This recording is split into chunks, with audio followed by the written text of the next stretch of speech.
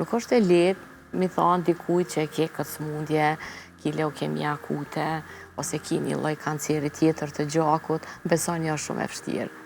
Shumë e vështirë sa që nga njëherë, kur jam e detyrume me i thonë pacientit, besoni që nuk nina mirë.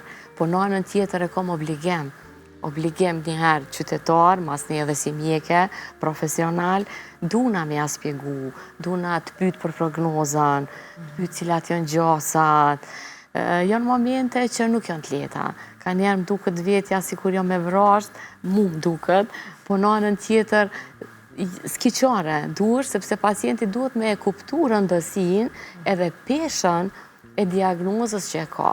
Në qoftë se nuk ja spjegon mirë ose nuk i tregon tamam, ai nuk e kupton edhe nuk vazhdon më tutje me u trajtu.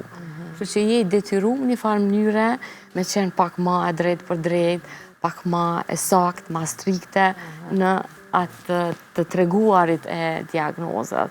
Kështu që nuk është e lehtë gjithmonë, po në momente besoj mësohesh me kohën, mësohesh, e merr pak më lehtë, thash edhe në fillim, po duhet. Di që për ju gjithë pacientët janë njëjtë, të gjithë i keni në trajtimin e barabartë edhe me kujdesin maksimal që munden, edhe profesional edhe atë njerëzor, sepse në fakt nëse ka diçka na dënon shqiptare që më pëlqen më shumë ti është edhe kjo ana njerëzore. Se kam dëgjuar shpeshherë pa gjykuar profesionalizmin e askujt nga bota e huaj, po kjo ftohtësia ose ana njerëzore më e ftohtë nga tipi i jo, unë mendoj që ne jemi ma emocional. Jemi shumë. Dhe duke i ditë këtë, a ke ndonjë rast ose kur janë ato momentet që me këtë bisedën kur thatë që e keni vështirë jo veç pacientit, po besoj akoma më shumë edhe familjarëve, nënave, baballarëve, thjesht familjes tu kumtoni diagnozën e pacientit.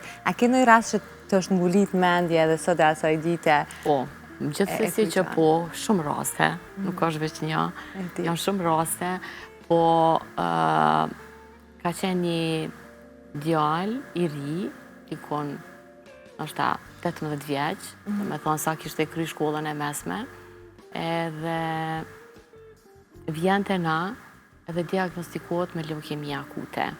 Djalë i ri, i bukur, në lullën e rinis, prind nana mjeke, edhe shumë e vetëdijshme edhe ajo për smundjen.